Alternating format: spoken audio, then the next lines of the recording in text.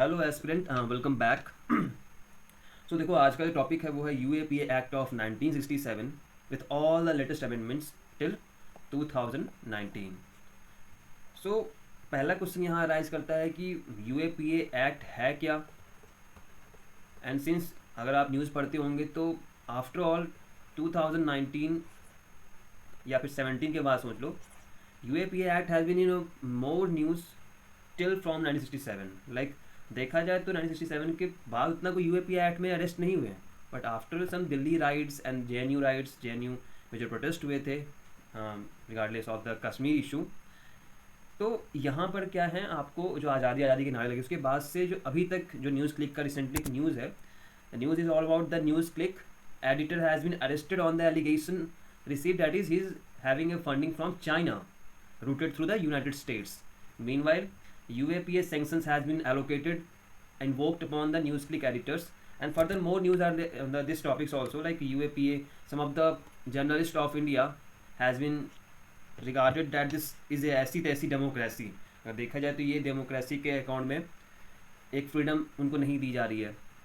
तो ये सब चीज़ें न्यूज़ आई थी। प्लस अभी रिसेंटली 2-3 दिन पहले की न्यूज़ है कि Umar Khalid is a well known person, not for is extra you can say works.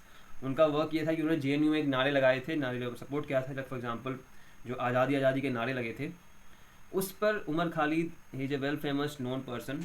और उमर खालिद बेसिकली चैलेंज कर रहे हैं यूएपीए के प्रोविजंस को कि क्या इस जो प्रोविजंस लगाए जा रहे हैं यूएपीए में उससे रिमूव करने का या फिर उसे अमेंड करने के लिए सुप्रीम कोर्ट में अर्जी लगाई है इन्होंने। So these are the some of the newses, and further more news are also there, like जो आपका फार्मर प्रोटेस्ट हुआ था,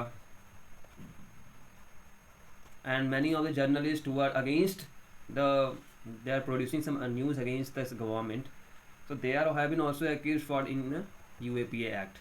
So there are several news on UAPA Act. So the main is what is the basic criteria and what is the basic norms that had to be invoked upon UAPA Act. So these are the question arises for in basic aspirants who are just getting a proper utilization of studies.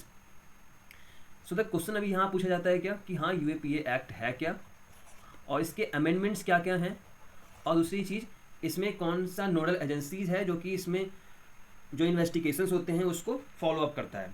तो these are the questions which are asked in prelims and mains question. ये आपका GS paper 2 यानी governance में useful रहेगा this topic, एक individual topic. So let us just start further about what is UAPA Act and what are the provisions that to be invoked upon individuals or organizations to be hold as an UAPA Act.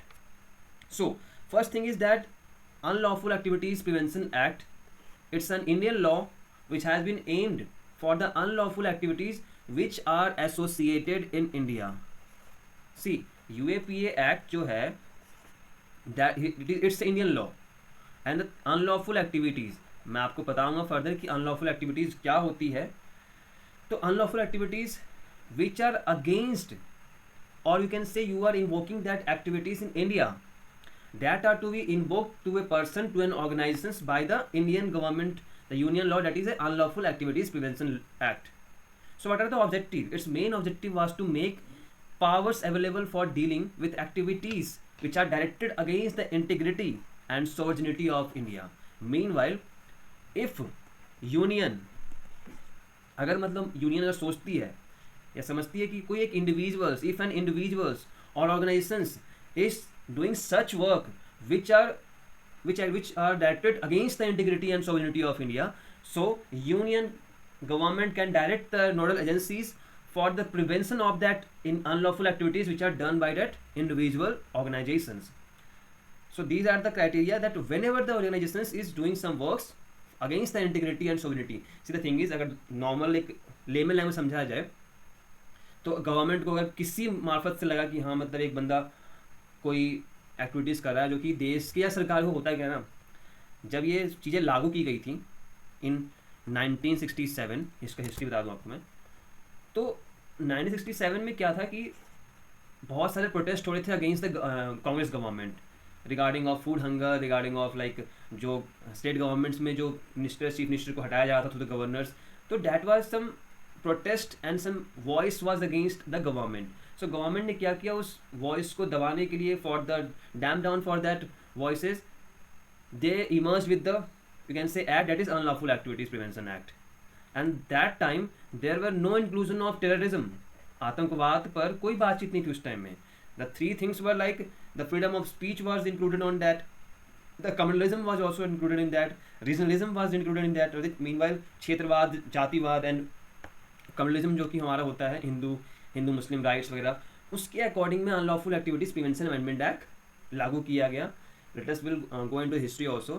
But further more the latest amendment was on 2019.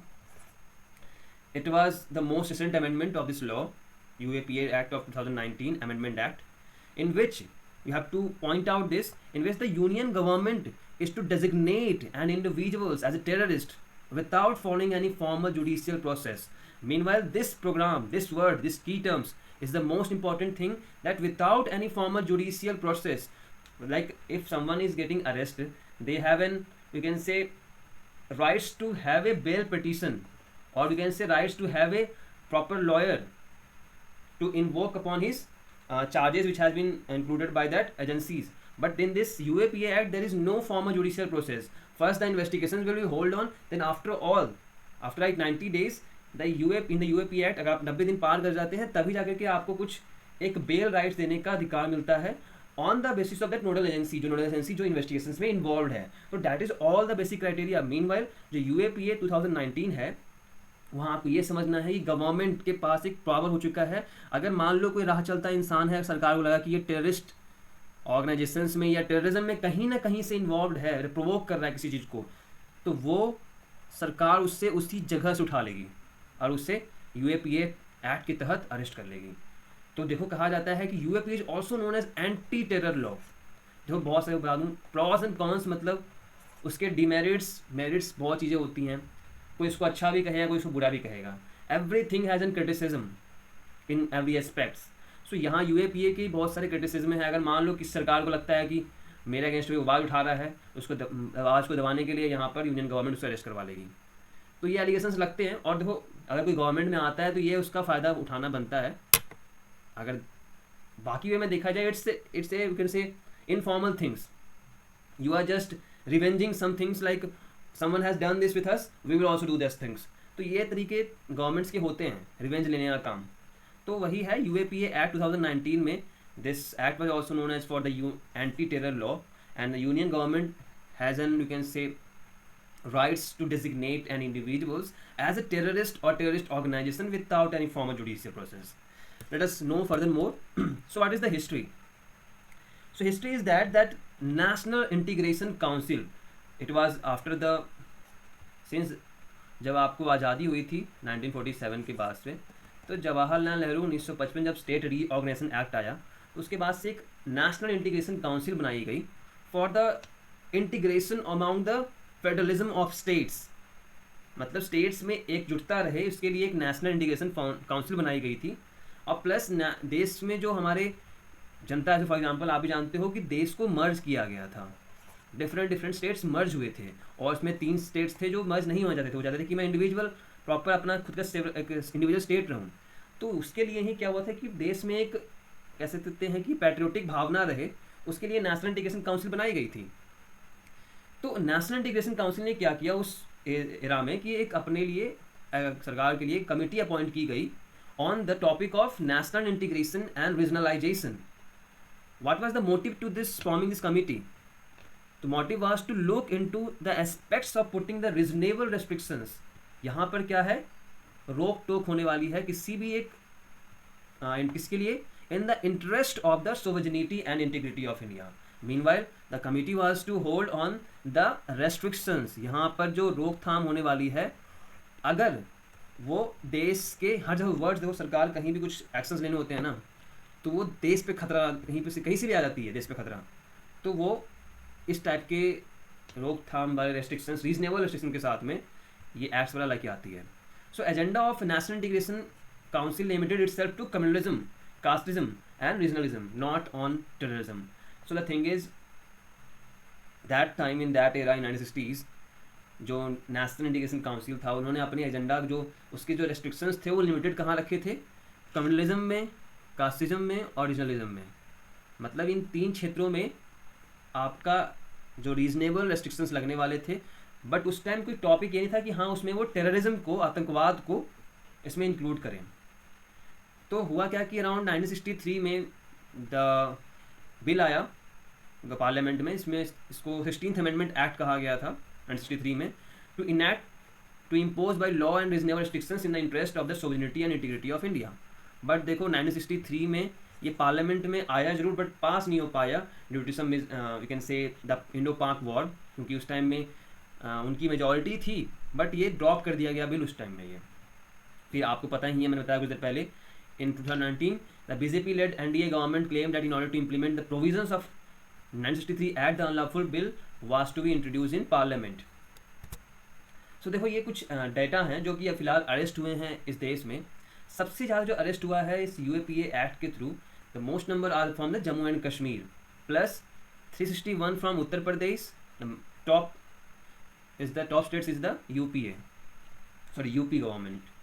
Then there comes second position is Jammu and Kashmir and third is Manipur।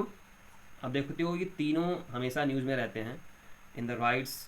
I would say UP में is all about the you can say, जब आपको कुछ जो Noida sectors जो आपको NCRs में आ जाते हैं, जिसमें यूपी के एरियाज़ भी होते हैं, उन एरियाज़ में जो प्रोटेस्ट होते हैं उसके अकॉर्डिंग भी है, प्लस कुछ गतिविधियाँ होती हैं उसके अगेंस्ट में UAPA एक्ट लगाया जाता है। प्लस मणिपुर में आप भी जानते हो it's all abouts between the two tribal communities which always have a funds from the other countries। तो यहाँ पर क्या होता है कि कुछ ऐसे हैं जो अपने नॉर्थ ईस्ट के इंसर्जेंसीज होती हैं जो म्यांमार से होती हैं, चाइना से थ्रू होती हैं, तो उसको प्रॉपर तरीके से समझने के लिए UAPA एक्ट लगाया जाता है, जिससे हमें फर्दर कोई ट्रायल्स में ना जाकर के डायरेक्ट अपना गवर्नमेंट एक्शन ले पाए उन चीज़ों पर। तो this is all the things we are studying in UAPA। Top states are from UP, Jammu and Kashmir and Manipur. What is the history? मैंने आपको हिस्ट्री बताया अभी कि नेशनल इंटीग्रेशन काउंसिल अपॉइंट की गई थी 1963 in the committee on the national and regionalisation for the role to impact और to impose by law और reasonable restrictions in the interest of the sovereignty and integrity of India on the reasons of on the restrictions on, that is the freedom of speech and expression, right to assemble peacefully when without arms, and right to form associations or union. So the objects of this bill was to make powers available for dealing with activities directed against integrity and sovereignty. The bill was passed by both houses of parliament and received assent of president on December 30, 1967। तो देखो ये bill को reality में पास होने में लग गए 4 साल। द प्रेसिडेंट के पास ये बिल रखी गई, सिंस कुछ वॉर हुए, इंटरनल सिक्योरिटीज कुछ प्रॉब्लम्स हुए, तब आपको ये 4 साल लग गए प्रेसिडेंट को इस पर असेंट देने में। This is the history. These were the reasonable restrictions on the interest of sovereignty and integrity. First point was freedom of speech, right to assemble peacefully, and right to form associations or unions. अब these are the chronology of the amendments of this UAPA Act। इसमें और भी हैं, like 1978 में भी आपको इसमें हुआ था, 1972 में इसमें एक अमेंडमेंट हुआ है, प्लस 1986 में भी अमेंडमेंट्स हुए हैं, 2004 में आफ्टर द पार्लियामेंट अटैक, जो मैंने नोटिस काउंट कर रखा है यहाँ पर। इसके अलावा ये 3 अमेंडमेंट्स इसमें ऐड ऑन किए जो कि इंपॉर्टेंट नहीं है।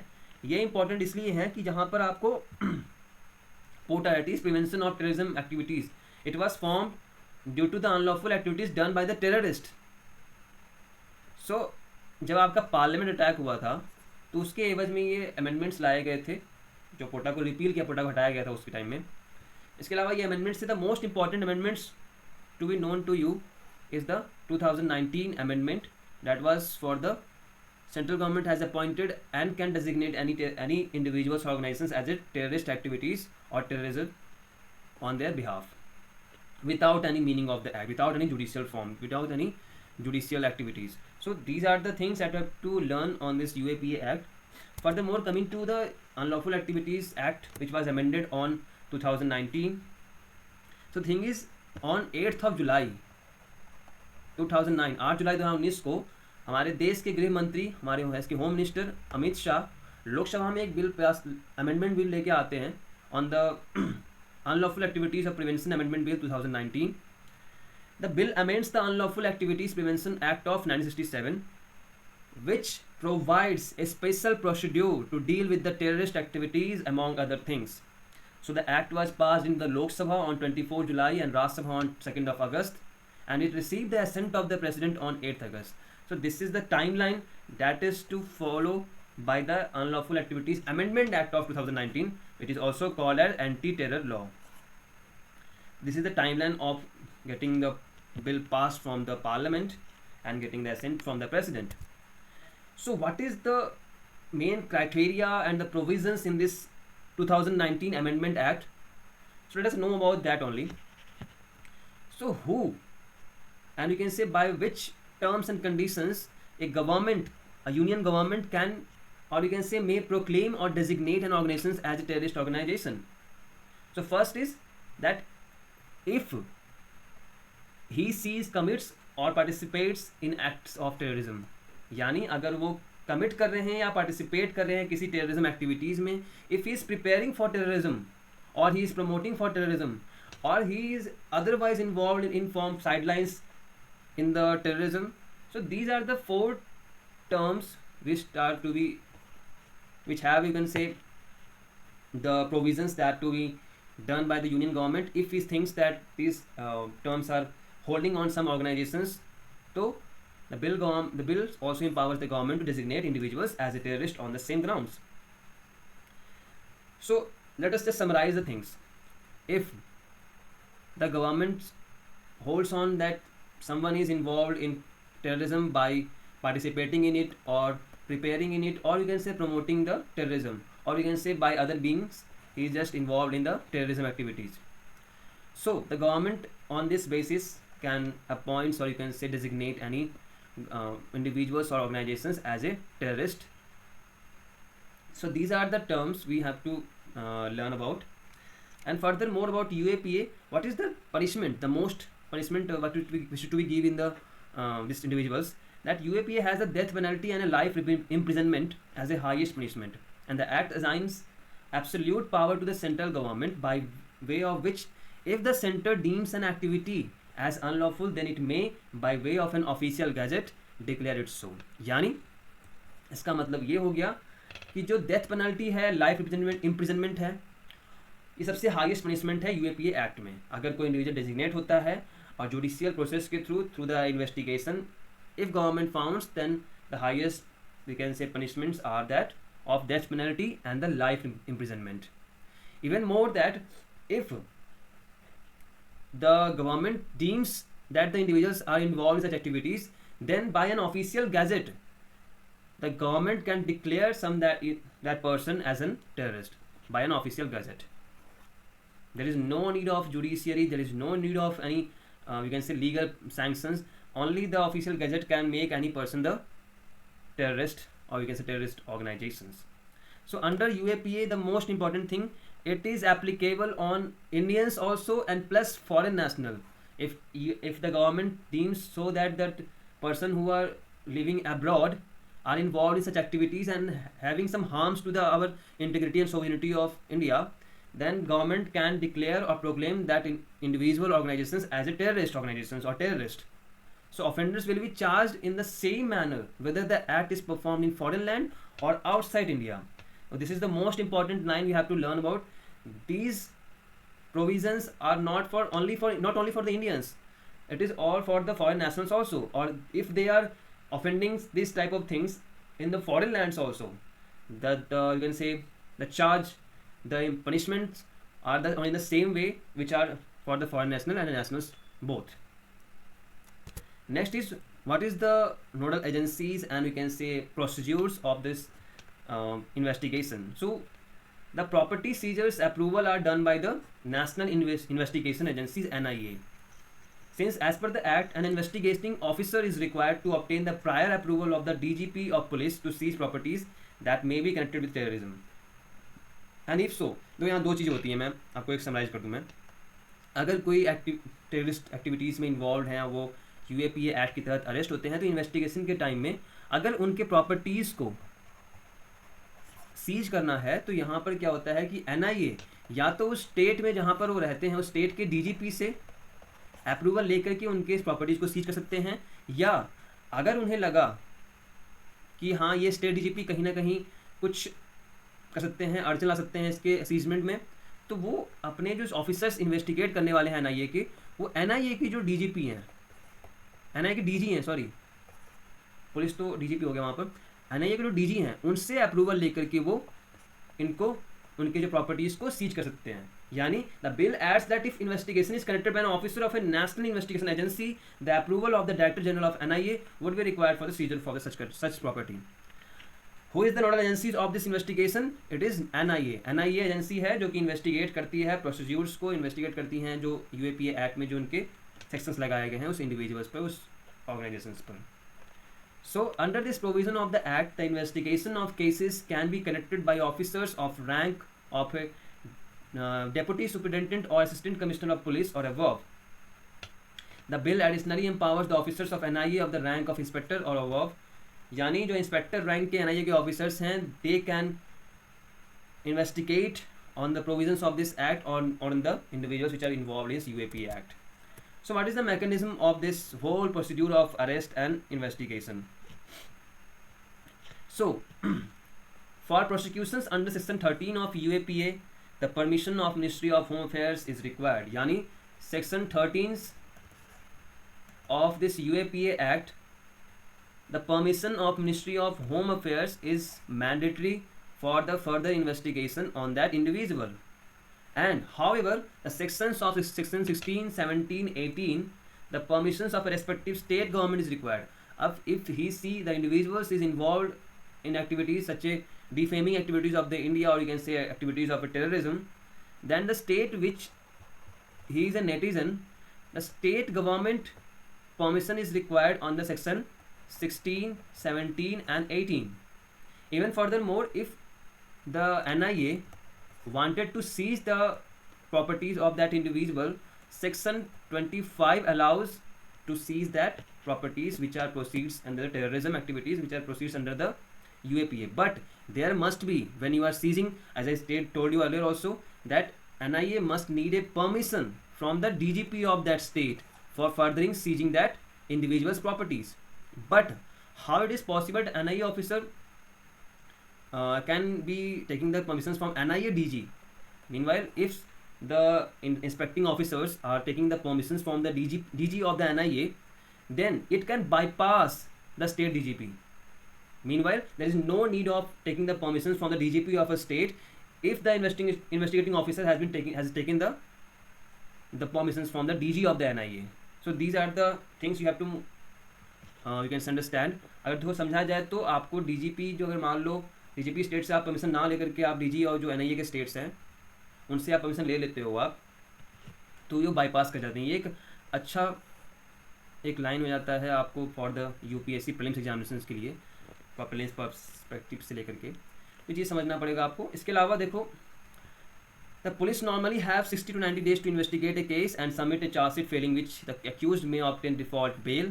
However, under the UAPA, this pre-charge sheet is extended to 180 days. For the normal bail rules do not apply on accused under section 43D5 of the UAPA.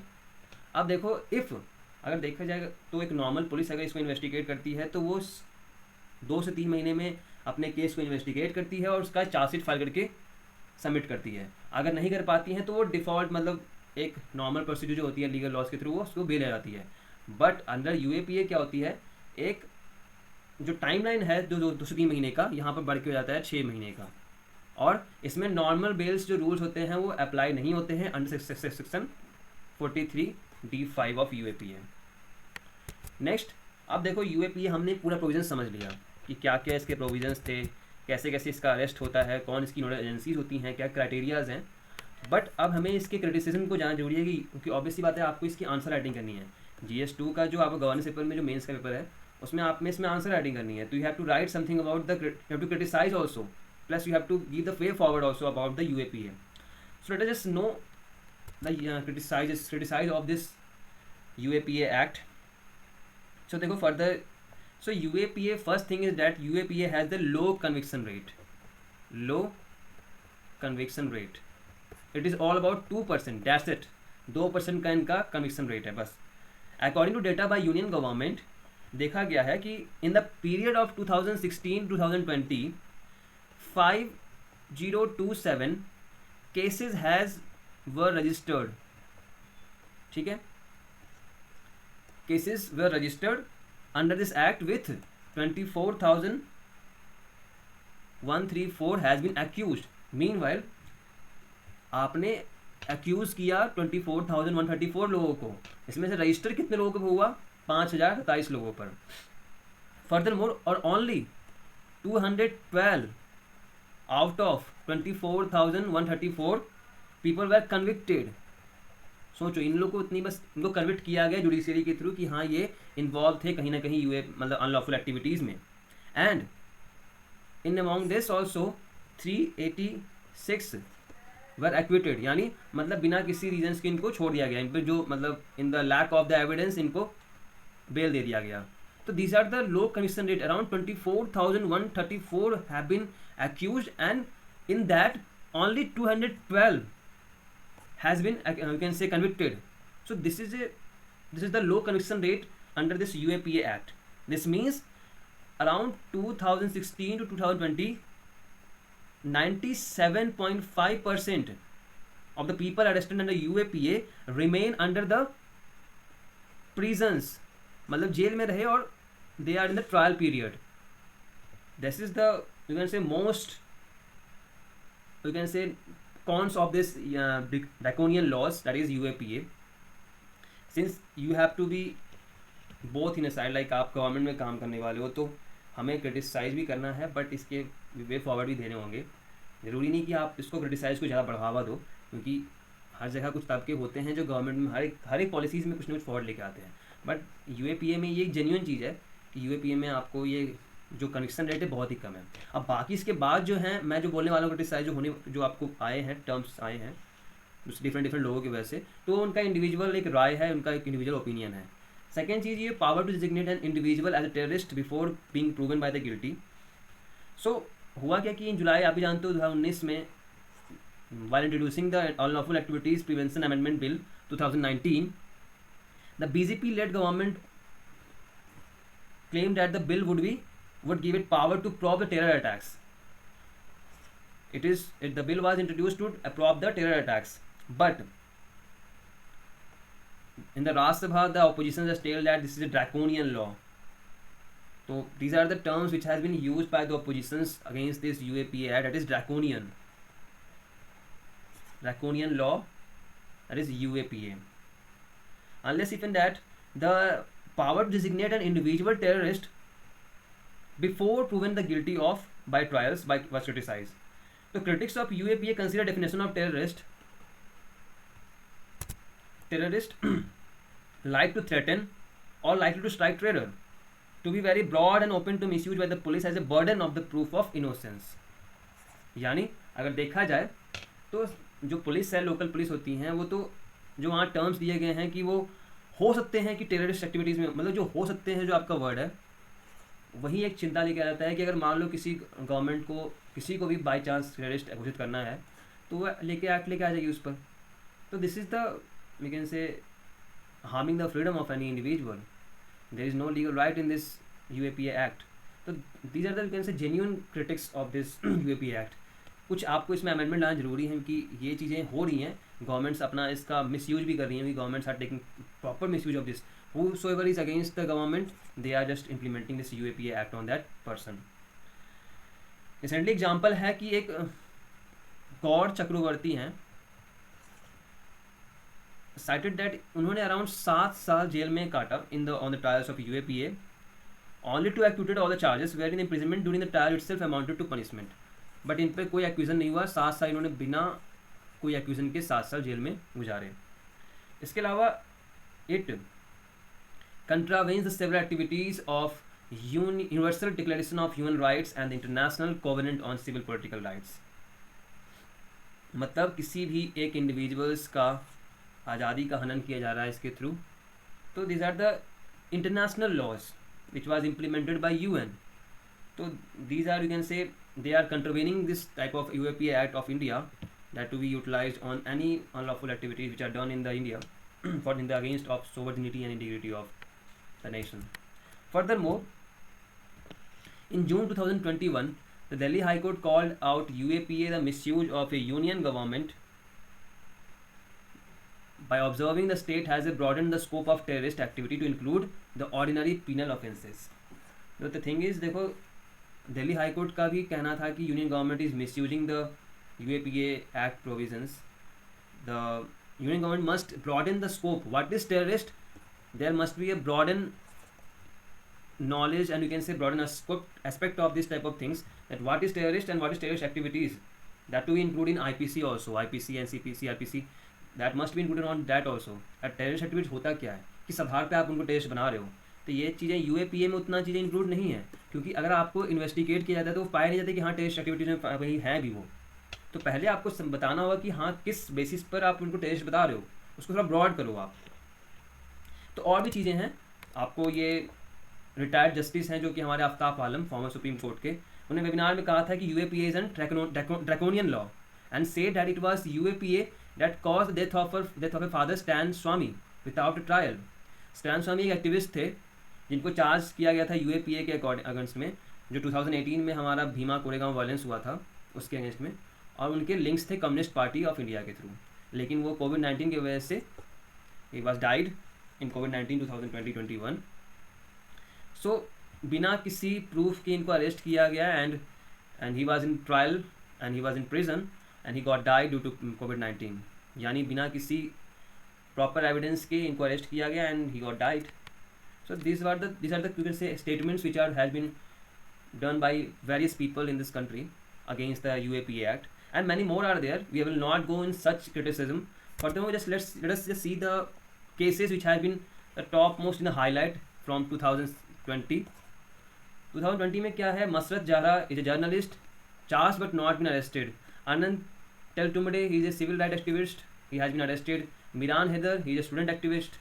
Safura Jargar, most important is that this Umar Khalid, as we have seen in the earlier news also, he has been accused in Delhi riots as a human rights activist. It's just a wordings. I don't think he's a human rights activist. It's just in people who wanted to be in limelight. It's my opinion only. Stan Swami, he was a pressed tribal rights activist accused in Bhima Koregaon violence and died due to COVID-19 2021. Ishrat Jahan, a Congress councillor for anti-CAA protest, granted bail on 14th March. मतलब इन्होंने भी 2 साल काटे हैं jail में. इसके अलावा यासीन मलिक, इन्हीं लोगों के लिए अगर देखा जाए तो ये यूएपीए एक्ट लाना चाहिए, क्योंकि यासीन मलिक वो आतंकवाद ही संगठन है जो कि बनाते भी हैं और करते भी हैं, जिन्होंने आप जानते हैं पे एक एलिगेशंस हैं. एलिगेशंस क्या सच्चाई है कि chief of band JKLF involve in killing of 4 unarmed Indian air force officers in 1990s, funding Islamic terrorism. तो इनको तो टेररिस्ट एक्टिविटीज़ के नाम पे घोषित करना ही चाहिए. बट कुछ लोगों पर अगर सरकार इस तरीके से लेती हैं तो वो अगेंस्ट में जाता है. तो Yasin Malik one of the most highlighted you can say cases of this UAPA act. इस Yasin Malik, as a said, he has just involve in killing of a 4 unarmed Indian air force official in 1990s, जब आपका कश्मीरी पंडित का वहाँ से प्लान हुआ था उस time का ये बात है ये. Plus he has been involve in funding the Islamic terrorism also, जिहाद in Kashmir valley. He was arrested in May 2022 and he has been filed as a life imprisonment by the judiciary. So these are the things we have to just remember about the UAPA Act. अगर आप कुछ comments पे कुछ questions पूछने, you can ask me on comments also, but you have not to learn further in this UAPA Act. The provisions of 2019 Act are the most important things you have to learn for the prelims also, and you can say what is the way forward, what is the you can say demerits of this UAPA Act. You have to learn about that also since for your answer writing. So this is the main important for your governance GS paper 2, and it is useful in you for your answer writing. So thank you so much.